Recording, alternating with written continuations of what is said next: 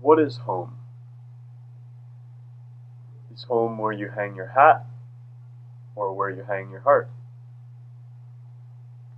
Is home the place you grew up? Or maybe it's the place you live now?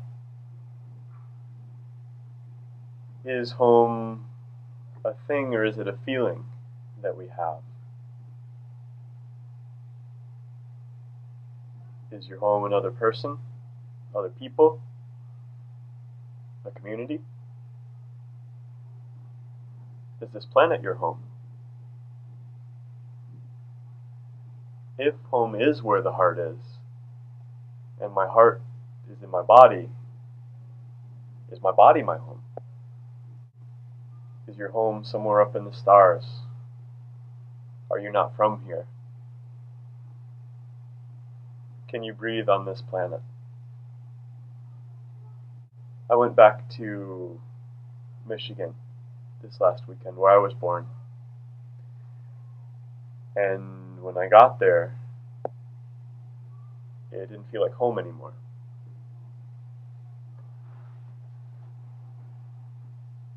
And that was a strange, strange thing for me. It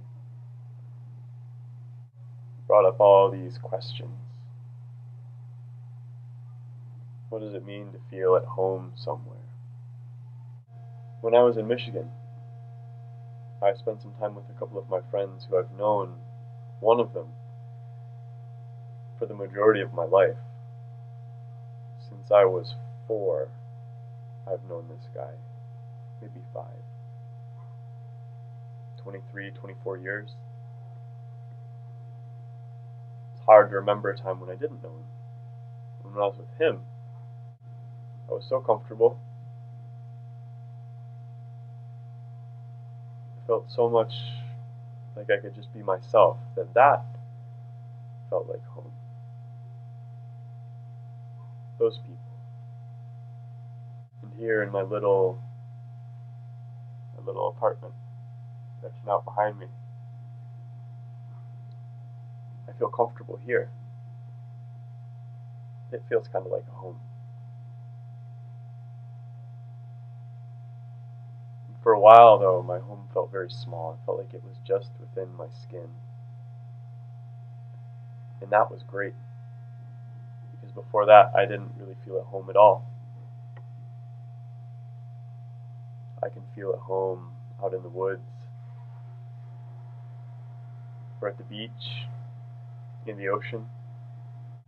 I guess home is where I feel like I belong. Where there's no questions. What is home to you?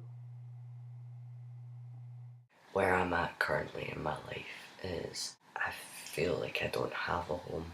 I think that's why I wanted to contribute to this video.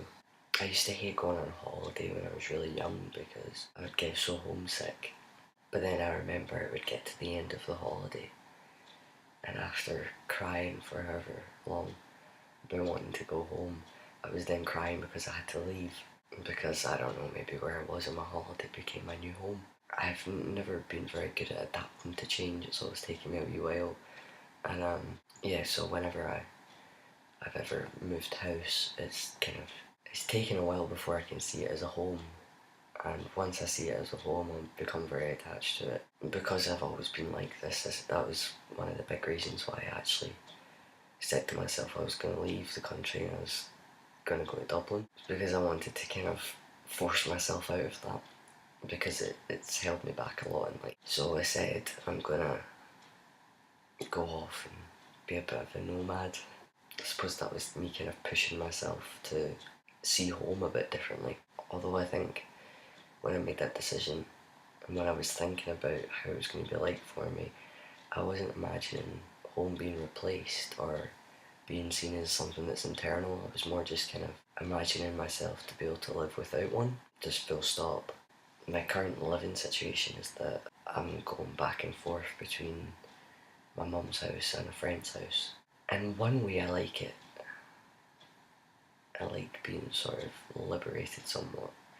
I like the fact that opportunity is open for me and I'm not tied down by a flat that I have to pay rent for or bills that I know I have to pay, and I do still have bills and I do still contribute, but it doesn't feel as scary as it does when you've got your own flat and everything.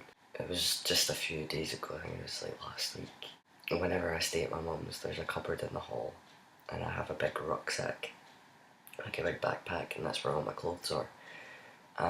So when I stay here, that goes in the cupboard in the hall.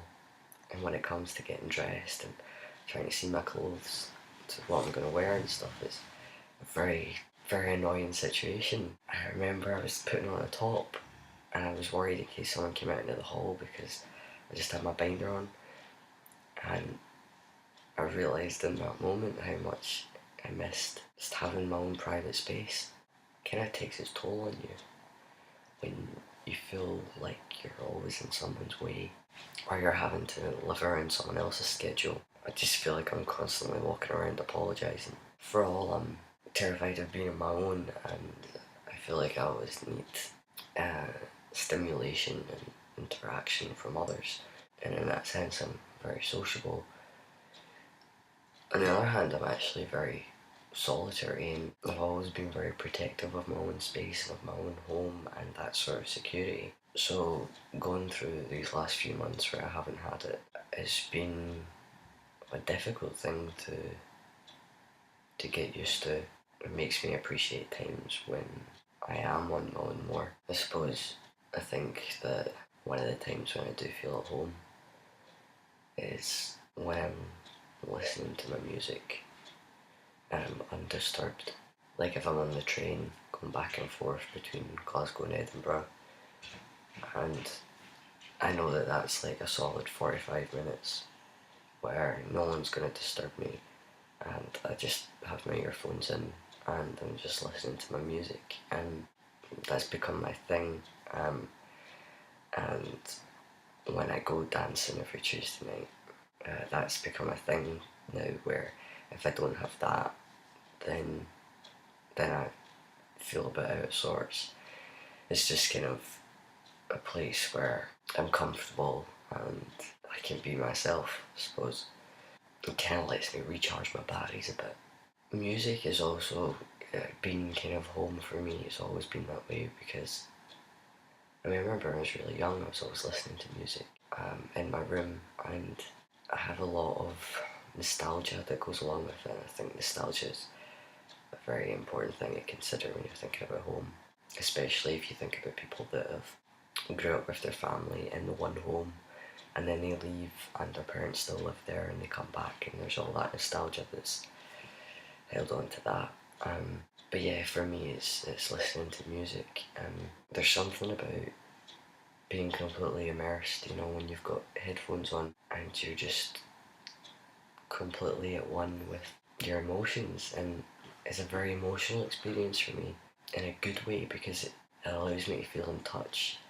But I'm also in control of the situation, and in my day-to-day life I struggle with keeping my emotions in check and being aware of them, so I like to listen to music a lot to kind of it's almost a sort of cathartic experience sometimes, and it's always very cathartic when I'm dancing. So I'd say for now that's my home, but I do recognise that I need somewhere that I can have my belongings and I can feel safe physically. I just miss having a bed, I suppose. It's very complex, I suppose, the idea of home, because there's the physical idea of home, there's the home within your body, then there's within certain company, and I have a group of friends that when I'm around them physically, I do feel like I'm at home because I feel security from them, you know, they feel like a family. We all get each other and it's a very accepting space, and yeah, I mean that is home for me. But I think for me anyway, I need home from different things. I can't just get it all from the one, so I need my group of friends. I also feel like I don't belong in the family home, and I think part of that is to do with the fact that I didn't grow up in this house, so it doesn't feel like mine. It feels like my mum's house, and there's no space for me, there's no bedroom or anything, I just sleep on the couch. So I feel like I'm lacking in that regard as well, and then also because I don't have my own home. But I'm grateful that I've got my music. That's the one thing, that no matter where I go, a laptop comes with me, my earphones come with me, and there's internet. Because without that, I reckon I'd be very upset. But yeah, I'm gonna go now, and see you later. Bye bye.